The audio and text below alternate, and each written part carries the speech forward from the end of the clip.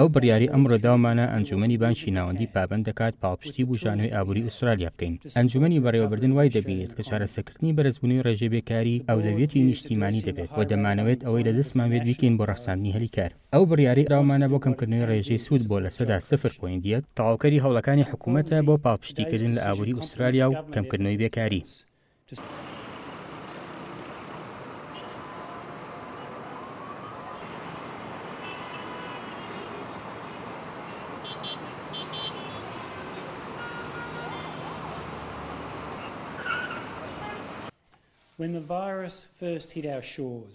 ئەو کاتێ پەتای کۆڕۆنا بۆ یەکەم جار زیانی بە کەناراوەکانی ئوسترالیا گەیاند، سیاسەتی ئابووری بە خێرایی گۆڕا بۆ دروستکردنی پردی بوژانەوە. ئەمەش استراتیژیەکی ڕاست بوو. ئەو پردە جیاوازیی زۆری لە ژیانی هاوڵاتیاندا دروست کرد و یارمەتی زۆر خێزان و کۆمپانیایدا کە ئەو کاتە قورسە تێپەڕێنن. ئێمە وەکو بانکی ناوەندی تێچووی قەرزکردن لە ئاستێکی نزمدا دەهێڵینەوە و پارەی پێویست بۆ چالاکی ئابووریەکان دابین دەکەین.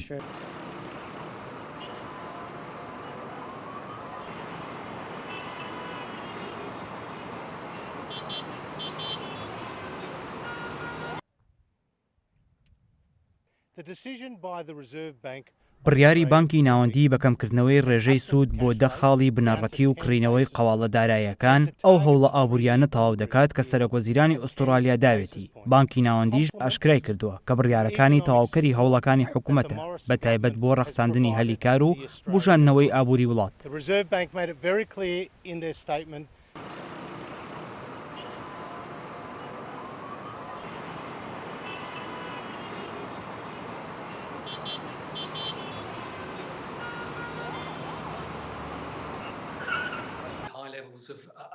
بانکی ناوەندی زۆر بە باشی زانیویانە کە ڕێژەی بێکاری بەرزە و پێویستە شتێک بکەن. ئێمە لە قوڵترین داکشانی ئابووری داین کە لە دوای سیەکانی سەدەی ڕابردووە بینیومانە. من پێم وایە کەمکردنەوەی ڕێژەی سووی بانکی هاوکاریمان دەکات بۆ ئەوەی ئابووری وڵات ببوژێتەوە کە ئێستا ئەنجامەکانی دەرکەوتووە.